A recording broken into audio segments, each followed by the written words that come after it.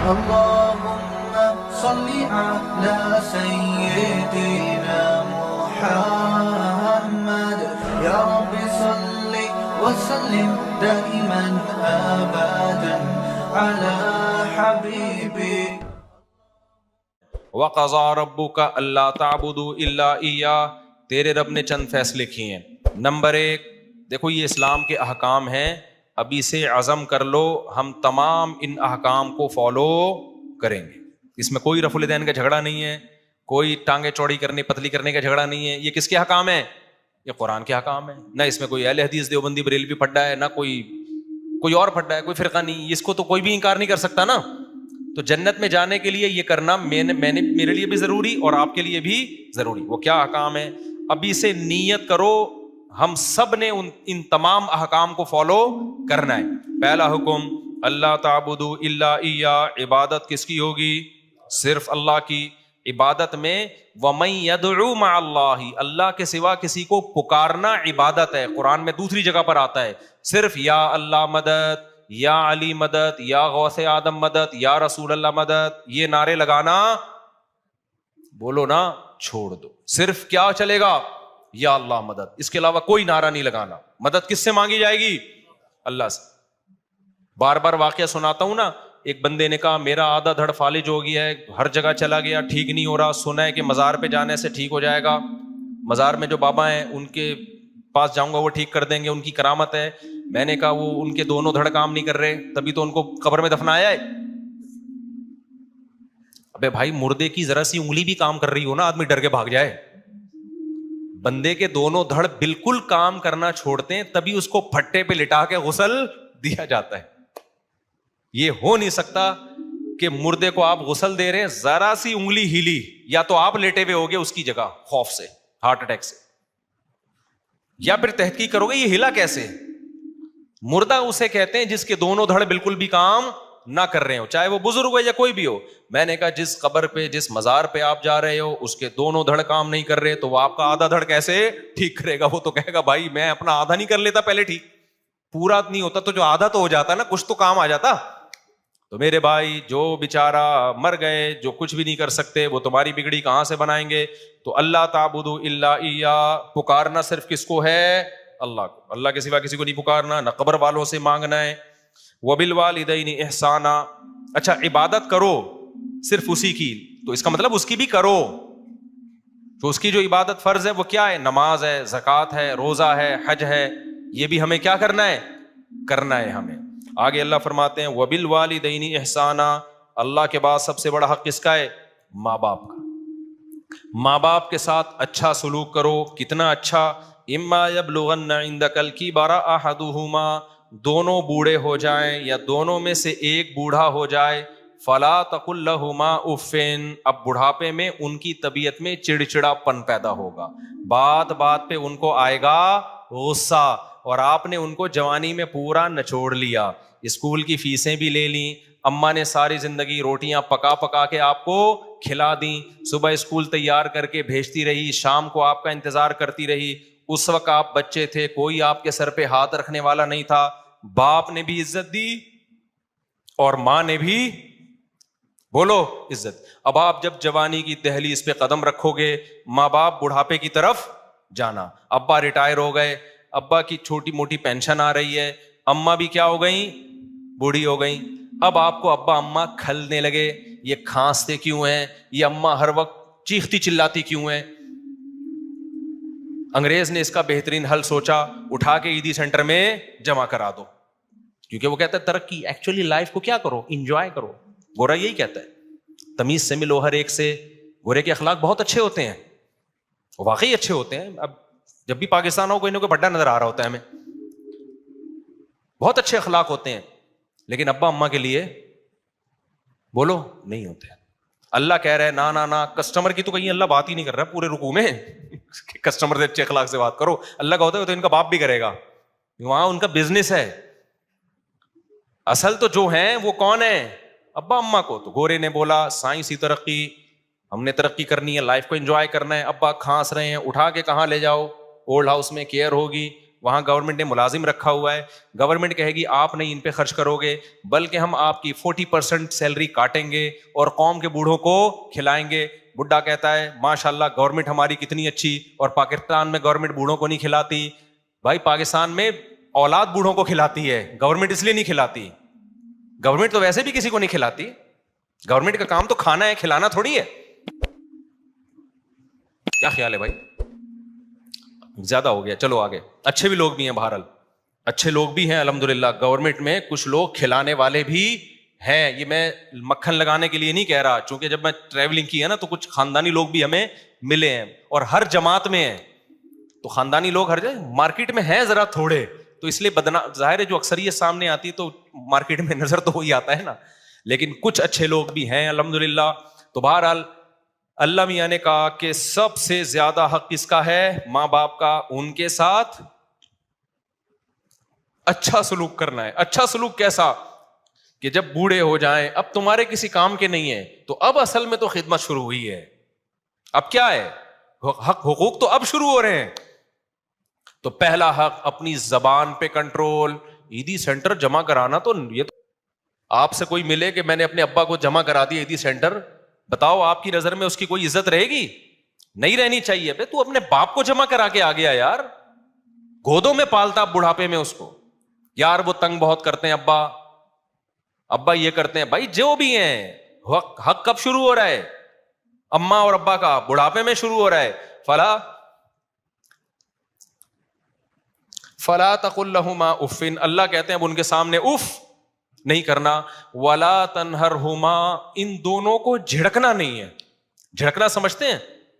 جیسے باس اپنے ملازمین کو جھڑکتا ہے, چلو یہاں سے جاؤ, یہاں سے دماغ کھایا ہوا ہے.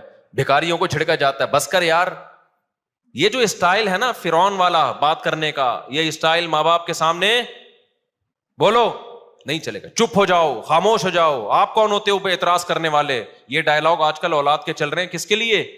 ماں باپ کے. آپ کون ہوتے ہو مجھے روکنے والے, آپ کو کس نے یہ رائٹ دیا؟ یہ اسکولوں سے سیکھ رہے ہیں. ایجوکیشن بہت آ رہی ہے, تمیز مارکیٹ سے شارٹ. یہ ایجوکیشن تمہیں جہنم کے عذاب میں لے کے جائے گی. اس سے وہ جاہل اچھا ہے, رکشا چلاتا ہے, ٹماٹر بیچتا ہے, لیکن اپنے باپ اور ماں سے تمیز سے بات کرتا ہے. اللہ کی نظر میں وہ زیادہ پڑھا لکھا ہے. تو ولا تقل لهما اف ولا تنہرہما وقل لهما قولا کریما. آگے اللہ نے فرمایا کہ صرف اتنا نہیں ہے کہ بے عزتی نہیں کرنی, جھڑکنا نہیں ہے اور اف نہیں کہنا. تو انسان کہتا ہے چلو بدتمیزی سے پیش نہیں آنا, نارمل رہنا ہے. نا نارمل بھی نہیں. قل لهما قولا کریما, ایسی بات کرنی ہے جس سے عزت جھلک رہی ہو, ایسے لگ رہا ہو جیسے کوئی ملازم اپنے آفیسر سے بات کر رہا ہے. کریم کہتے ہیں عزت دار کو. قول کریم ہونا چاہیے جس سے رسپیکٹ کیا ہو, نظر آ رہی ہو, لوگوں کو پتا چلے یہ اولاد ہے اور یہ کیا ہے, باپ ہے. آج جو لبرل طبقہ جب آتا ہے نا ہم سے ملنے کے لیے اپنے بچوں کی پرابلمز کو لے کے, تو میں یقین سے بتاؤں مجھے بچہ باپ لگ رہا ہوتا ہے اور باپ بچہ.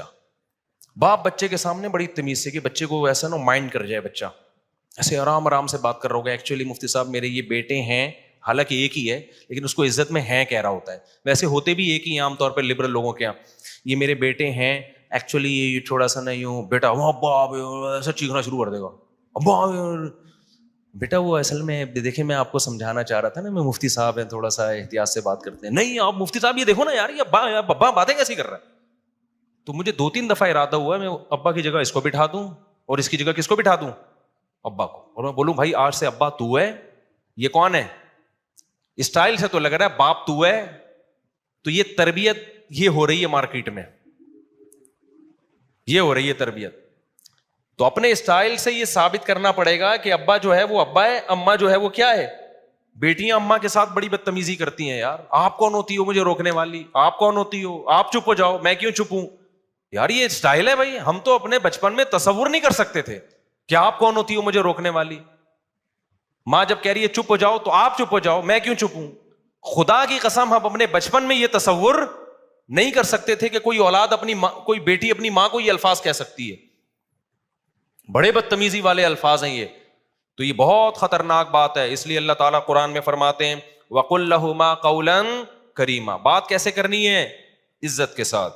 وَاخْفِضْ لَهُمَا جَنَاحَ الذُّلِّ مِنَ الرَّحْمَةِ. یہ تو بات کا اسٹائل بتا دیا. کھڑے ہونے کا اسٹائل کیسا ہو؟ ذلت سے اپنے بازوؤں کو جھکانا ہے. دیکھنے سے بھی، بات سے بھی پتہ چلے کہ یہ چھوٹا ہے اور وہ بڑے ہیں, اور کھڑے ہونے اور کے اسٹائل سے بھی پتہ چلے کہ یہ چھوٹا ہے اور وہ کیا ہیں؟ بولو, بڑے ہیں. ایسے سینہ تان کے ان کے سامنے کھڑا ہوا ہے, ابا نیچے بیٹھے ہوئے, خود اوپر چڑھ کے بیٹھا ہوا ہے, تو یہ بڑی غلط بات ہے. ایسے بھی ہم نے دیکھے ہیں, سنا ہے کہ ابا بچوں کے جوتے پالش کر رہے ہوتے ہیں. یہ بڑی غلط بات ہے یار, بچے کو تو کرنے ہی نہیں دینا چاہیے یہ کام. کہ ابا کیوں کرے گا بھائی یہ؟ اچھا, اس میں ماں باپ بھی اپنے بچوں کو بگاڑ رہے ہوتے ہیں. اتنی بچوں کی کوئی رسپیکٹ دے رہے ہوتے ہیں نا بچپن میں. بچوں کو مارے دھاڑے نہیں, بدتمیزی سے بات نہ کریں, لیکن ان کو یہ احساس دلائیں کہ ابا میں ہوں, اماں یہ ہے, تم گھر کے مالک نہیں ہو. خود ہی اپنے ہاتھوں بگاڑ کے اتنا مسلط کر لیتے ہیں نا کہ پھر ساری زندگی ان کے غلام بنے رہتے ہیں. یہ بھی بہت غلط ہے. ان کو یہ تربیت بھی کس نے دینی ہے؟ والدین نے دینی ہے. اور ایک اہم بات یہ بھی ہے کہ دیکھو, ماں باپ کے لیے اولاد پہ ظلم بہرحال جائز نہیں ہے کہ اپنے اختیارات کا ناجائز فائدہ اٹھائیں. بعض دفعہ ماں باپ اولاد کو بلا وجہ ٹارچر کرتے ہیں, طنز کرتے ہیں, تانے دیتے ہیں, دوسروں کے سامنے اس کی برائی کرتے ہیں. تو میں ان ماں باپ کی حوصلہ افزائی نہیں کر رہا, وہ خود اپنے ہاتھوں اپنی اولاد کو بگاڑتے ہیں. جہاں اللہ نے اولاد پر اتنے سارے ماں باپ کے حقوق رکھے, وہاں ماں باپ کی ایک بڑی ذمہ داری یہ ہے کہ اپنی اولاد کو لوگوں کے سامنے رسوا مت کریں. ایسا نہ ہو دوسروں کو بتاتے پھر میرا بیٹا یہ کرتا ہے, میرا بیٹا یہ کرتا ہے. بیٹے کے دل میں پھر ایک نفرت پیدا ہوتی ہے کہ یار میرے ابا, مجھے باپ تو عزت کا ذریعہ بنتا ہے نا. تو کچھ ذمہ داریاں والدین کی بھی ہیں. بعض مائیں بلا وجہ بیٹیوں کو ٹارچر کرتی رہتی ہیں, طنز کرتی رہتی ہیں, تانے دیتی رہتی ہیں, اس سے وہ ذہنی مریضہ بن جاتی ہیں. تو ماں کو بھی چاہیے, دیکھو ایک کام سب لوگ گھر میں کر لینا, انشاءاللہ سکون ہو جائے گا. گھر میں چیخنے پر پابندی لگا دو, بس کوئی بھی نہیں چیخے گا, نہ ابا نہ اماں نہ بچے. ایسا سکون پیدا ہو جائے گا نا کہ ہٹو بچوں. اور اس کے لیے لقمان علیہ السلام والا واقعہ سنا دو. لقمان علیہ السلام نے اپنے بچے سے کیا کہا کہ بچے جب بھی بات کرنا آرام سے. کیوں؟ سب سے بری آواز کس کی ہوتی ہے؟ گدھے کی. گدھے کی بات بری نہیں ہوتی, اسٹائل کیا ہوتا ہے؟ برا ہوتا ہے. تو اگر آپ نے اتنا بھی کر لیا نا, گھر میں چیخنے پر پابندی, نہ باپ چیخے نہ ماں چیخے نہ اولاد چیخے, تو ایسا لگے گا جیسے آگ پہ نا ٹھنڈا پانی ڈال دیا. اور یہ شروع سے جب شادی ہو نا جس دن, اسی دن سے ماحول بنانا پڑتا ہے. دلہن جب آئی اس کو سمجھا دو, بیگم کوئی بھی بات ہوگی تمیز سے. میں بھی جب کوئی بات کروں گا تو کیسے کروں گا؟ تو آپ لوگ تو ابھی سے ہی موڈ نہیں ہو رہا آپ لوگوں کا, تو کیا کرو گے تمیز سے؟ منہ سے بول تو دو نا. جو بات ہوگی کیسے ہوگی؟ چیخنا چلانا نہیں ہوگا بس. آدھے سے زیادہ کام, کیونکہ بچے ماں باپ کو چیختا چلاتا دیکھتے ہیں تو چیخنا سیکھتے ہیں. ماؤں کو چیخنا چلانا دیکھتے ہیں, ہاں ماں بات بات پہ کوٹ رہی ہے, بچے کو پڑھ گیا, چیخ رہی ہے, کم بہت الو کا پٹھا پیدا ہو گیا, اور یہ وہ ایسا چیخ رہا ہے, تو پھر بچے کے اخلاق بھی ایسے ہی ہو جاتے ہیں. اور اگر آرام سے سمجھائے گی تو بچہ بھی کیا ہوگا؟ بات آرام سے کرے گا. تو یہ بہت اہم پوائنٹ کی بات ہے. گھروں میں چیخنے کے ماحول کو کیا کرو؟ بول لو نا, تاکہ سبق یاد ہو جائے. ختم کرو بیٹا تمیز سے. تو دلہن جب آئی ہے اس سے تمیز سے بات کا آغاز کرو. اس سے بولو میری کل آپ سے شادی ہوئی تھی, اس سلسلے میں حاضر ہوا ہوں. اتنی بھی تمیز صحیح نہیں. وہ ایک آدمی بہت تمیز والا تھا نا, جب رخصتی دلہن کی ہوئی تو سمجھ میں نہیں آ رہا بات کیسے شروع کروں. تو وہ ہر بات میں تمیز, کچھ ضرورت سے زیادہ اس نے 2 گولیاں کھا لی تھی وہ تمیز والی جو ہے نا. تو کہہ رہے میری کل آپ سے شادی ہوئی تھی, اس سلسلے میں میں حاضر ہوں. تو اتنی بھی تمیز نہیں, لیکن میں سمجھانے کے لیے بتا رہا ہوں. آپ ایک واقعہ سنا دیتا ہوں, اس سے تمیز سمجھ میں آ جائے گی. وہ ایک صاحب نے بتایا کہ ایک انگلینڈ میں نا یا امریکہ میں سوئمنگ پول میں ایک انگریز عورت اپنے بچے کو لے کر آئی اور ایک پاکستانی عورت اپنے بچے کو لے کر آئی سوئمنگ سکھانے کے لیے. دونوں کے بچے چھلانگ لگاتے ہوئے ڈر رہے ہیں.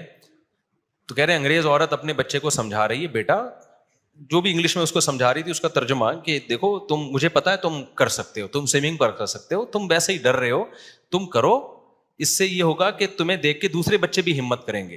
بچہ کہہ رہے نہیں نہیں, کہہ رہی نہیں مجھے پتا ہے تم کر لو گے. تم اس کو بڑی زبردست طریقے سے موٹیویٹ کر رہی ہے, اور ادھر ہماری موٹیویٹ کر رہی ہے کہ میری باری کب آئے گی. ہماری والی جو براؤن تھی وہ کیا کہتی ہے, ان صاحب نے, وہ مولوی صاحب تھے, مجھے قصہ سنا رہے تھے, کہنے وہ کہہ رہی لگانا چھلانگ. بچہ کہہ رہا نہیں, بے غیرت $50 پتہ نہیں $100 ضائع کروا دیے میرے. اس وقت تو بڑا چیخ رہا تھا, امی سوئمنگ کرا دو, الو کے پٹھے, لگانا چھلانگ, کمینہ. اور وہ پھر بس وہ وہاں مارنے پر تو پابندی ہے, ورنہ یہاں ہوتا تو طبیعت سے اس کا کباب بن جاتا بچے کا پٹ پٹ کے نا. لیکن زبان سے جتنے تانے دے سکتی تھی نا بے غیرت, وہاں تو شور مچایا ہوا تھا, پیسے ضائع کروا دیے. کہہ رہے میں دیکھ رہا ہوں یار یہ گوری ہے, یہ اپنے بچے سے کیسے بات کر رہی ہے, اور ہماری دیسی جو ہے. تو وہ جو اسٹائل تھا نا گوری کا, وہ قرآن و سنت کے مطابق تھا. ہماری والی قرآن و سنت کو مانتی ہے لیکن اس کو فالو نہیں کر رہی. تو اپنے نبی کو دیکھو, نبی نے اپنے بچوں کے ساتھ کیسا معاملہ کیا ہے.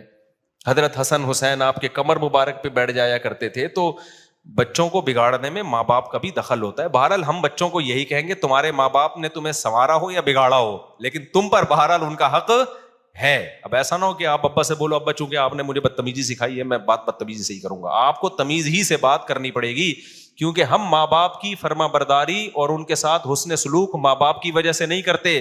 کس کا حکم سمجھ کے کرتے ہیں؟ اللہ نے حکم دیا, اللہ پوچھے گا ہم سے. تو جب اللہ کا حکم ہے تو اب تو آپشن ہی نہیں ہے نا ہمارے پاس. اب میں جلدی سے آگے کے احکام بیان کر دیتا ہوں.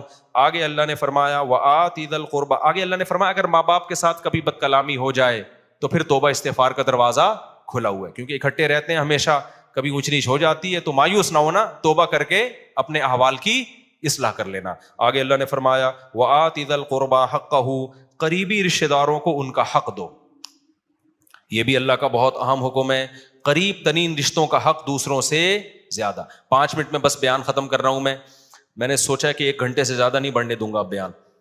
قریب ترین رشتہ داروں کو ان کا حق دو. آج سے عزم کریں, سب سے قریبی بھائی بہن ہوتے ہیں, پھر والدہ کے ابا اور اماں کے جو رشتہ دار ہیں, ماموں چچا پھپھو خالہ یہ ہیں, پھر ان کے بچے ہیں, اپنے بہن بھائیوں کے بچے ہیں, تو یہ سب سے کیا ہیں قریبی. تو ان کو ان کا حق دو. کیا مطلب؟ ان میں کوئی غریب ہے, مسکین ہے, تو آپ کی ذمہ داری ہے آپ تفتیش کریں کہ کون مستحق ہے, اس کو مانگنے کا موقع نہ آئے, آپ نے خود اس کے ساتھ تعاون کرنا ہے, پوچھنا ہے.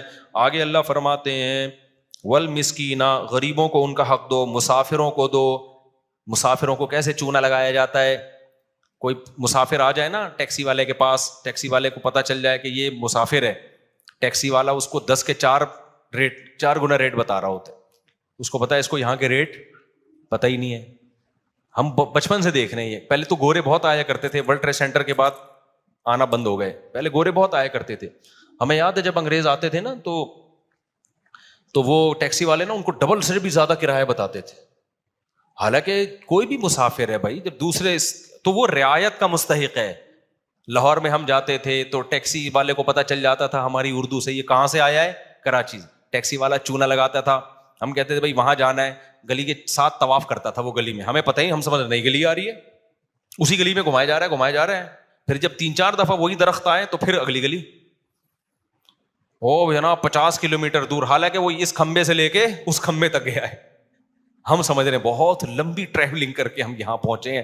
جب رشتے داروں کو بتاتے تھے وہ کہتے ہیں بھائی یہ تو یہاں اترے تھے, یہاں سے یہاں تو 5 منٹ لگتے ہیں. لاہور والے ایسے ہوتے نہیں ہیں, لیکن مجھے 2-3 ٹکرے ہیں, ہوتے نہیں ہیں, لیکن ہر جگہ کراچی میں بھی ہوتے ہیں, لاہور میں بھی ہوتے ہیں, ہر جگہ ہوتے ہیں. تو یہ آپ کو جب پتہ چل گیا بندہ کراچی کا ہے تو چونا نہ لگاؤ, بلکہ اس کو عزت دو. پنجاب والا جب کراچی آئے, آپ کو اس کی لینگویج سے پتہ چل گیا یہ لاہور یا ملتان سے آیا ہے, تو بجائے چونا لگانے کے آپ اس کو کیا دو کہ یار اپنے کراچی میں آیا ہے تو ہم ایسا معاملہ کریں گے کہ اچھا امیج لے کے جائے گا. یار کراچی والے تو کیا ہوتے ہیں, بڑے خاندانی, لیکن پاکستان میں ہر آدمی کے پاس چونے کے ڈبے ہیں, ٹھیک ہے نا. وہ کہتا ہے یار کوئی بندہ ملے ٹوپیاں لے کے بیٹھے ہوئے ہیں, کوئی بندہ ملے جس کے سر پہ آ جائے اس کو پہنا دو. تو یہ کام مت کرو, قرآن منع کرتا ہے. آگے اللہ فرماتے ہیں وَلَا تُبَذِّرْ تَبْذِيرًا, خرچ کرنا ہے, رشتہ داروں پہ بھی پھینکنا نہیں ہے. ایسا نہ ہو سخاوت کے جوش میں آ کے یوں اڑانا شروع کر دو اور پھر کل لوگوں سے بھیک مانگ رہے ہو.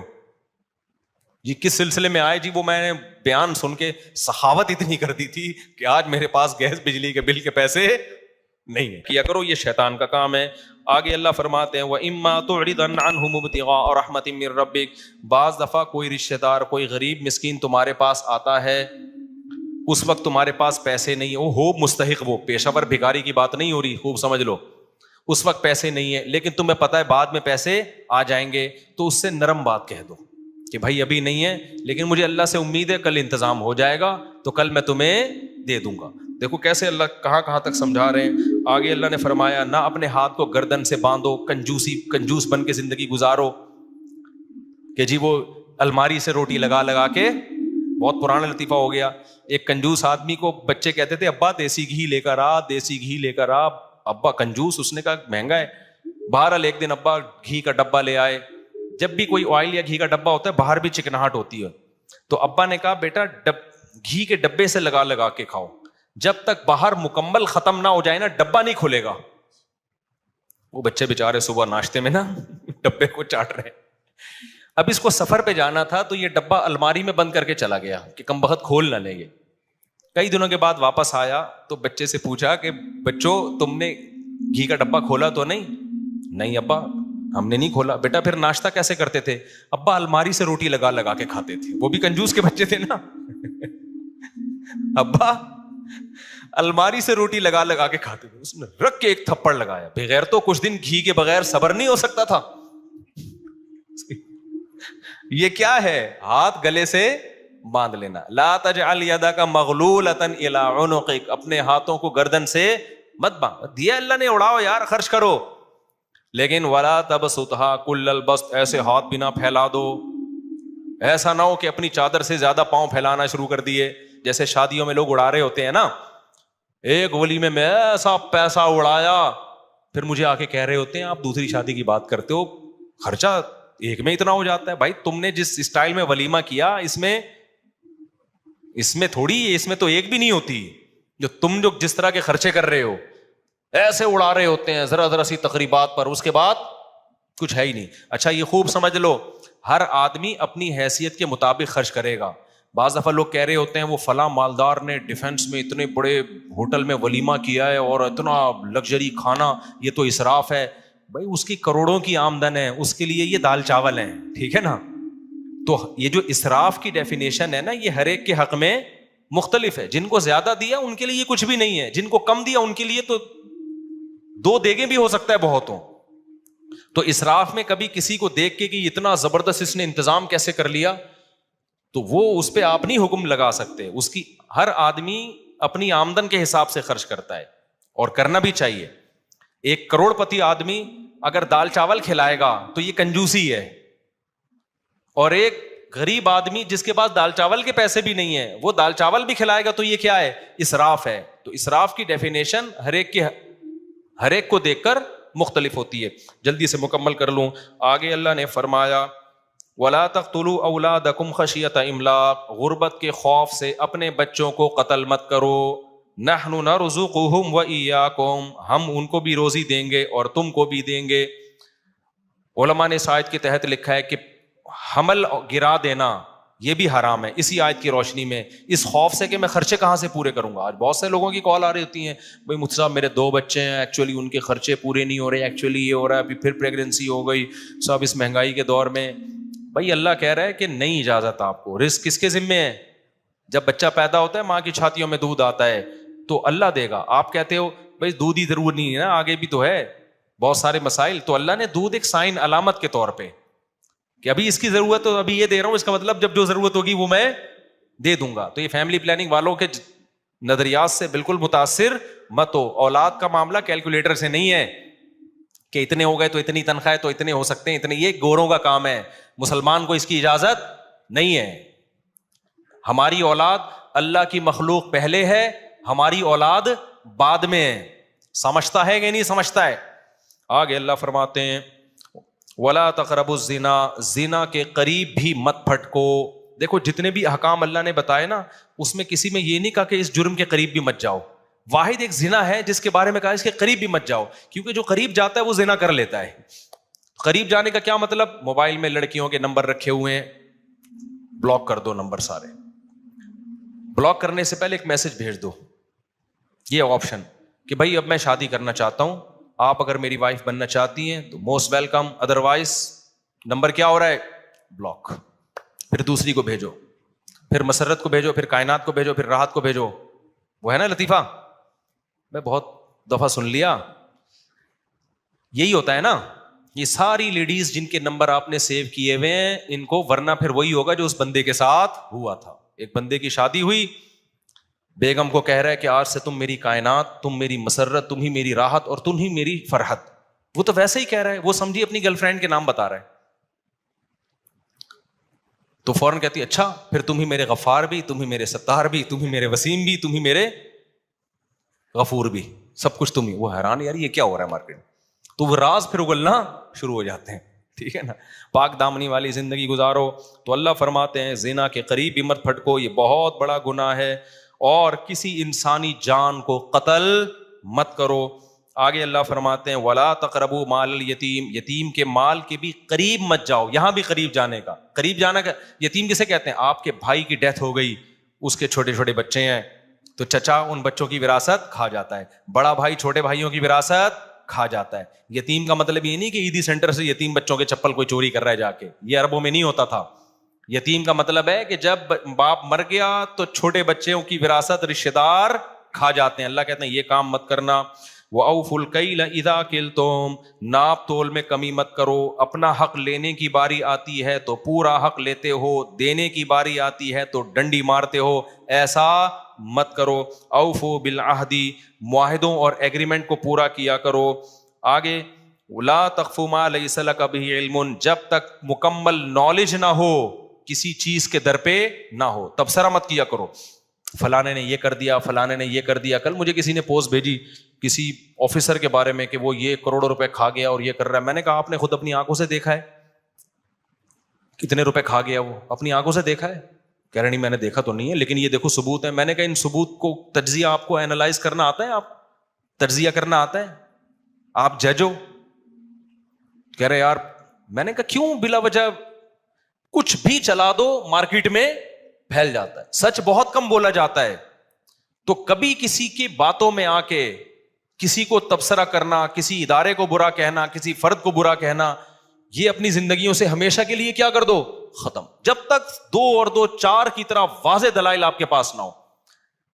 کسی کو بھی بدنام کرنا ہو نا, فیس بک پہ آپ پوسٹیں چلا دو, پھیل جاتی ہیں. لوگ کہہ رہے ہیں یہ دیکھو کیا کر رہا ہے. پہلے یہ تو دیکھو کہ اس نے یہ میرے بارے میں بھی چلاتے ہیں, کبھی عمران خان کے بارے میں, کبھی مولانا فضل الرحمان کے بارے میں پوسٹ. میں بیٹھا ہوں مجھے پتہ ہی نہیں, میری ایک پوسٹ آ جائے گی عمران خان امام مہدی میں کوئی فرق ہی نہیں ہے, ایسی زبردست پوسٹ چلا دیں گے.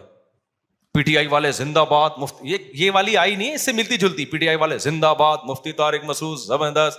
دوسری آ جائے گی مولانا فضل الرحمان ایسے ہیں, کچھ الٹا سیدھا. جیوا والا ابے اس کی ایسی کی تیسی, ابے اس کی ہے. نہ میں نے ادھر کچھ کہا ہوتا ہے, نہ میں نے جو میں نے تقریریں کی ہوئی ہیں وہ پڑھی ہوئی ہیں, وہ ویڈیو ہے وہ سنو, وہ اس کا میں ذمہ دار ہوں. ایک میری پوسٹ کسی نے چلا دی کہ یزید جنتی ہے, نیچے شیعوں کی گالیاں دبا کے. ابے تم تحقیق تو کرو, میں نے بولا بھی ہے کہ نہیں بولا. آگے یہ کہ کیونکہ قسطنطنیہ کی لڑائی میں وہ شریک تھا لہذا وہ کیا ہے, جنتی. شیعہ لوگوں نے دبا کے گالیاں لکھی ہیں, یہ یزیدی ہے, یہ فلانا ہے. بھائی تم تحقیق تو کرو, یہ کس نے چلایا ہے؟ ہمارے آفیشیل چینل سے تو کوئی پوسٹ نہیں چلی. اب تک وہ یہی سمجھ رہے ہیں کہ یہ کیا ہے, یزید کو جنت. نہ میں نے اس کو جنتی بولا, نہ میں نے اس کو جہنمی بولا, کچھ بھی نہیں بولا. میں نے اس پہ تبصرہ ہی نہیں کیا. پوسٹ دبا کے کچھ بھی اٹھا کے ڈال دو نا. ہماری قوم میں یہ شعور نہیں ہے کہ تحقیق کریں ایسا ہوا بھی ہے کہ نہیں ہوا, تو چلاتے رہتے ہیں مارکیٹ میں. ہاں ہمارے جو ویڈیو بیانات ہیں اس کا میں ذمہ دار ہوں بھائی, جو میں نے بولے ہیں اس کا میں ذمہ دار ہوں. آپ وہ ویڈیو کٹنگ اس کو بھی کٹ کر کے نہ چلاؤ. ابھی ایک تراویح کا بیان کٹ کر کے چلائے ہوئے لوگوں نے. تراویح کے بارے میں یہ کہہ رہا ہوں کہ نبی صلی اللہ علیہ وسلم سے کوئی تعداد ثابت نہیں ہے. ادھر ٹک یہاں روک دیا. اور اتنی بات کہ بھائی اگر صرف حدیثی کو دیکھنا ہے تو پھر تو غامدی صاحب صحیح کہہ رہے ہیں, یہاں کٹ کیا. دیکھو مجھ صاحب کہہ رہے ہیں, غامدی صاحب کیا کہہ رہے ہیں, حالانکہ پوری بات آگے. اچھا اس پہ اتنا پروپیگنڈا ہوا. پھر جامعۃ الرشید میں ہمارے استاذ ہیں مفتی محمد صاحب, ان سے باقاعدہ سوال پوچھا گیا کہ مفتی صاحب نے یہ بولا ہے کہ حدیث میں تو کوئی تذکرہ ہی نہیں ملتا, ثابت ہی نہیں ہے. پھر انہوں نے اس کا جواب دیا. اتنا پروپیگنڈا. حدیث میں تبصرہ نہیں ملنے کا مطلب یہ ہے کہ سند کے لحاظ سے کوئی صحیح حدیث ہمارے پاس موجود نہیں ہے کہ جو نبی نے 3 دن تراویح پڑھی تھی کتنی رکعتیں تھیں. لیکن حضرت عمر کا عمل بتاتا ہے کہ نبی نے 20 پڑھی ہوں گی. تو نبی سے ثابت ہونے کے لیے 2 طریقے ہوتے ہیں. ایک ہے تواتر, صحابہ کا عمل, وہ خود بتاتا ہے کہ نبی نے کیا کیا ہے. ایک ہے حدثنا فلان کے ساتھ کوئی سند, بہت سارے شریعت کے حکام آتے ہیں حدیث میں نہیں ملتے, صحابہ سے پتہ چلتا ہے. رکوع میں جا کے جب ہم کھڑے ہوتے ہیں, ہاتھ چھوڑنا ہے ہاتھ باندھنا ہے, حدیث میں کوئی تذکرہ نہیں ہے, لیکن پوری امت کیا کرتی ہے؟ ہاتھ چھوڑتی ہے. کیوں؟ تواتر عملی ہے, امت کا عمل بتا رہے کہ نبی نے ہاتھ چھوڑے ہوں گے. ہم یہ جو عورتیں ہیں صفا مروہ میں دوڑتی نہیں ہیں, چلتی ہیں, نبی سے تو کچھ بھی ثابت نہیں ہے, نہ حضرت عائشہ سے ثابت ہے کہ دوڑنے کا حکم دیا یا چلنے کا حکم دیا. پوری امت کر رہی ہے تو ہم فرض کر لیتے ہیں کہ صحابہ نے بھی, صحابیات نے کیا کیا ہوگا, وہ بھی چلی ہوں گی, اور نبی نے چلنے کا حکم دیا ہوگا. صراحتاً نہیں ہے, لیکن یہ بھی نبی ہی سے ثابت ہے. اور بہت سارے حکام ہیں. تو جو ہر مسئلے پر حدیث مانگتا ہے نا, وہ خود علم سے کورا ہے. اس کا مطلب اس کے پاس نالج نہیں ہے. حدیث صراحتاً ہوتی ہے یا دلالتاً ہوتی ہے؟ اس کو دلالتاً کہتے ہیں. جیسے امام مالک, بہت سے مسائل پوچھا گیا کہ اس کی آپ کے پاس کیا دلیل ہے, انہوں نے کہا اہل مدینہ ایسے کر رہے ہیں. کیا مطلب؟ جب مدینہ والے کر رہے ہیں تو نبی نے کیا ہوگا. تو نبی کا عمل براہ راست نہیں پہنچا, لیکن دلالتاً پہنچا ہے. خیر, دو آیتیں پڑھ کے بیان ختم کرتا ہوں. تو اللہ فرماتے ہیں جب تک یقینی علم نہ ہو تبصرہ نہ کیا کرو. آگے اللہ نے فرمایا وَلَا تَمْشِ فِي الْأَرْضِ مَرَحًا, زمین میں اکڑ کے مت چلو. زمین کے دادا بننے کی کوشش بولو نہ کرو, اکڑ کے مت چلا کرو. کیوں؟ اِنَّكَ لَن تَخْرِقَ الْأَرْضَ, زمین کو نہ تم اپنے پاؤں کی طاقت سے پھاڑ سکتے ہو, اور نہ سینہ اتنا اونچا کر سکتے ہو کہ کیٹو کی پہاڑی سے اوپر جھانکنا شروع کر دو. تو جتنے ہو اتنے ہی رہو. تو یہ چند احکام تھے اللہ نے بیان کیے. اس کو کہتے ہیں اپنی اوقات میں رہو. اس پر میں اکثر ایک بات کہتا ہوں, جو زیادہ فنٹر بن رہا ہو نا, اس سے کہیں تو بیت الخلا کس وقت جاتا ہے, وہ بتائے گا مغرب کے بعد جاتا ہوں یا صبح 8 بجے جاتا ہوں. تو بولے تیری اوقات کیا ہے؟ صبح 8 سے 8:30. اصل اوقات تیری کتنا بھی اکڑتا ہو نا, جب واش روم میں جا کے بیٹھتا ہے اور آگے میں ڈیلیٹ کر دیتا ہوں, اس وقت انسان کو اپنی اوقات سمجھ میں آ جاتی ہے کہ تو اصل میں ہے کیا. اس لیے ہم نے بزرگوں سے, علماء سے سنا ہے کہ تکبر ہمیشہ پرلے درجے کا بے وقوف اور احمق کرتا ہے. ذرہ برابر بھی عقل ہونا انسان میں, وہ متکبر نہیں ہو سکتا. تکبر ہمیشہ کون لوگ کرتے ہیں؟ بے وقوف جو اپنی اوقات بھول جاتے ہیں. وہ یہ بھول جاتے ہیں غلیظ پانی سے اللہ نے پیدا کیا, ماں کے پیٹ سے باہر نکالا, بچپن میں کیسے ماں کے محتاج تھے, بات بات پہ روتے تھے, ذرا ذرا سی بات پہ چیختے تھے, چلاتے تھے, مائیں سہارا دیتی تھی. اس وقت دادا گیری تھی کیا؟ ماں پھینک کے چلی جاتی, کیا اوقات تھی اس وقت؟ کتنے عرصے لنگڑا کے چلتے رہے, ٹوٹے, کبھی ادھر جا رہا ہے, توتلا بول رہا ہے, آہستہ آہستہ بولنا سیکھے. تھوڑے دنوں کے لیے اللہ نے جوان کر کے سیدھا کر دیا, تھوڑے دنوں میں اپنے آپ کو زمین کا باپ سمجھنا شروع, ظلم کرتا ہے. تو کون ہوتا ہے مجھے سمجھانے والا, تو کون ہے مجھے سمجھ. ابے بھائی تھوڑے دن کے لیے تجھے جوانی ملی ہے, ابھی دوبارہ آہستہ آہستہ بڑھاپے کی طرف تو آئے گا. پھر بڑھاپے میں دیکھو نا ہوتا کیا ہے, کانپ رہے ہوتے ہیں, راشا تاری ہو گیا. وہ ایک سنگر تھا, بڑی اچھی آواز تھی, جب بوڑھا ہو گیا تو جب گاتا دانت نکل کے نیچے گر جاتے اس کے, کیونکہ الفاظ نکالنے کے لیے دانت کا منہ میں ہونا ضروری ہے. کچھ الفاظ نکلتے ہی نہیں دانتوں کے بغیر. تو پھر بیچارے نے بتیسی لگوائی. پھر جب گانا گاتا بتیسی گر جاتی, پھر لگاتا, پھر گاتا, گر جاتی. کس نے کہا بھائی بار بار کیسٹ کیوں چینج کر رہے ہو, ایک ہی کیسٹ میں بیان کرو نا. تو بڑھاپے میں یہ حال ہوگا, کمر جھکے گی, ہائی ہوئی کی آوازیں آئیں گی. تو یہ اپنا ماضی دیکھو, اپنا فیوچر دیکھو. اور حال بھی کیا ہے, ایک وائرس آ گیا کورونا کا, یا کوئی اور بیماری آ گئی دھڑام سے ایسی کی تیسی, تو نہ حال تمہارا, ابھی تھوڑی سی جوانی ہے, تھوڑا سا کوئی وائرس آڑا ترچھا چلا گیا, بیڑا غرق, بخار ہو جاتا ہے, کیسے پڑ جاتے ہیں, چلا رہے ہوتے ہیں. ایک مچھر نے آ کے صبح صبح کاٹ لیا, ڈینگی مچھر نے, اس کی وجہ سے لمبے ہو گئے, پلیٹلیٹس گر گئے, بھیک مانگ رہا ہوتا ہے یار کہیں سے سفید سیل مل جائے مجھے اللہ کا واسطہ. تو تکبر ہمیشہ پرلے درجے کا احمق اور بے وقوف کرے گا, جو تھوڑی سی نعمت ملنے پر اپنی اوقات بھول جاتا ہے. جیسے کسی بھکاری کو آپ نے 3 پیس سوٹ پہنا کے, نہا دھو کے, کشکول لے کے گاڑی میں بٹھا دیا, جبکہ اس کو پتا ہے یہ تھوڑی دیر کے لیے ملا ہے, چھین لیا جائے گا, لیکن وہ بھکاری گاڑی میں بیٹھ کے سیلفیاں لے رہا ہے اور غریبوں کو ٹکرے مارتا ہوا جا رہا ہے, رکشے والوں کو. بھائی کوئی رکشے والا آ رہا ہے اس پہ چڑھا رہا ہے, ابے ہٹ بے غیرت, سڑک پہ چل رہا ہے, دیکھ نہیں رہا کون آ رہا ہے. عقل مند کیا کہے گا, ابے تیری اوقات تو رکشے کی بھی نہیں ہے, 2 منٹ کے لیے تجھے گاڑی ملی ہے اور تو اپنی اوقات بھول گیا, تھپڑ لگا کے اس کو سیٹ کیا کرے گا, اتر نیچے. تو اللہ بھی یہی کرتے ہیں, جو تکبر کرتا ہے نا, میں یہ ہوں, میں یہ ہوں, آج کل یہ بہت چل رہا ہے مارکیٹ میں یہ ہوں, میں یہ ہوں, یہ میں اللہ کو پسند نہیں ہے.